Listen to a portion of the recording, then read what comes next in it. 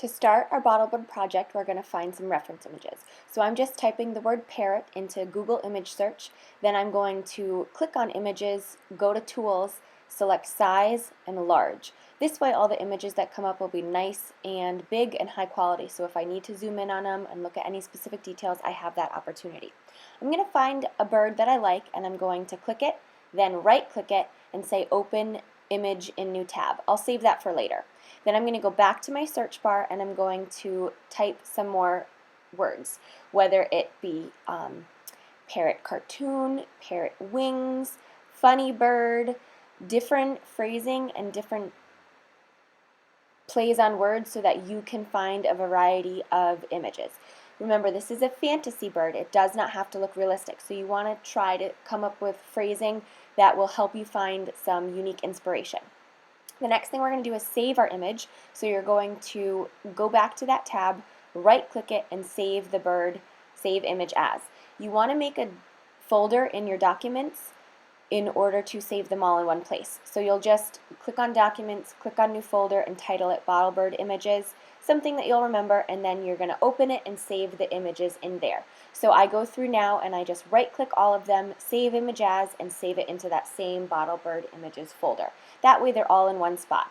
I close out and now I'm going to start looking for accessories.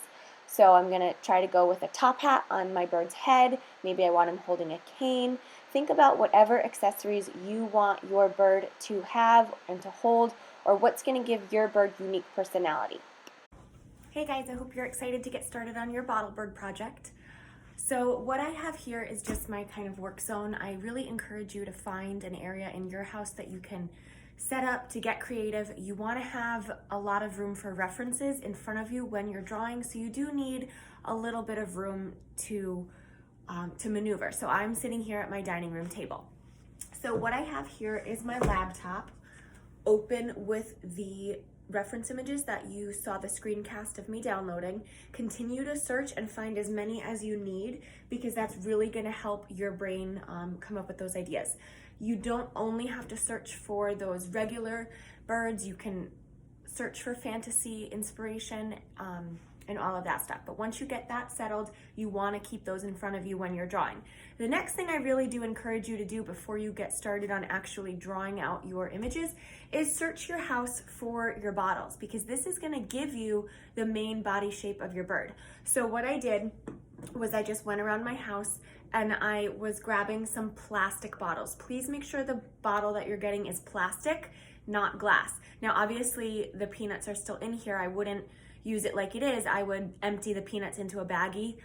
Make sure you're asking your parents first though, because you don't just want to dump out a whole thing of vegetable oil and then they'll be really upset with you. So make sure it's okay that you're using the bottle. An empty one is better. Maybe if it only has a little bit left, they wouldn't mind.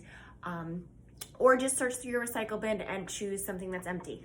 And then I've got the peanut butter jar too, so that's just a really different shape than any of the other ones. So search through your cupboards, figure out what shape works best for you. Maybe it's the jar of peanuts and just have them as a snack. Encourage your family to eat them so that it empties out and then you can use the bottle. Rinse out the bottle before we get going, but I'll get to that later. So what we're gonna do is, in our sketchbooks, we're going to draw our bird and our bottle. So I've drawn mine really big so you can see them, but you of course will be doing thumbnail sketches and they're gonna be small, okay? But what you'll notice is I chose to focus on the vegetable oil, and I drew the side angle, like the main front angle, and then the skinny side angle, okay? Because my bird is a sculpture in the round, I'm going to see it from all sides. So I wanna think about what my bottle looks like from all sides. And this bottle is different from two different angles.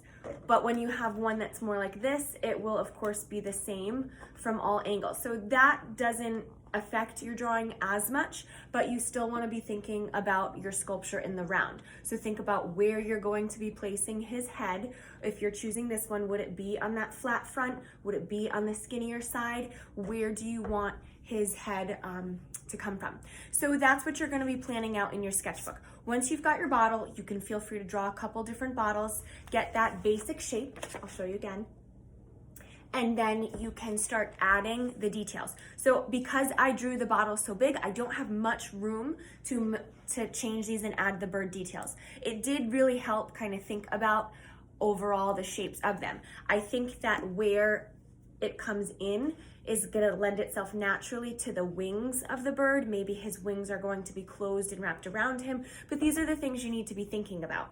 If you're going to be making his wings come up off as extensions, then that's not something you totally need to think about as the body's shape, as the bottle's shape, excuse me. All right, so once you've got your bottles drawn, you should fit about 4 per page, or just shrink these down and give yourself room to add those extra details, because you do want to manipulate and think about where his head is going to go. The head will most likely sit on top of the bottle. Sorry, that's out of frame. Will sit on top of the bottle. Next, it's time to draw out our jar shapes and add the bird details. This time I'm drawing the peanut butter jar. The top half of the paper, you'll notice I drew one jar and then the second. In the end, they don't look very similar, and honestly, they're really not that great, but remember, these are just sketches getting that rough outline. In the bottom half, though, I'm doing one component and on one jar and then doing that same exact thing on the second jar. The end result for those is much more even, and they really show true likeness to each other. So that's going to help when planning your front and back side of your bird, or your left and your right, depending. So I encourage you to follow along the bottom method when you're getting your actual bottle shape. Next, I'm going to move on and start adding the bird details. You want to figure out where the head's going to go, what beak shape you have. I'm going to have a little scarf on mine, so it's going to be a little winter, kind of more penguin-like. And I'm figuring out where his wing is going to go, adding feet. Those will be built off of him. So now it's just time to plan and figure out how you want your bird.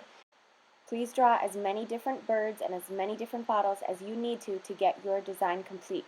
The minimum requirement is 6, but you can always go above and beyond.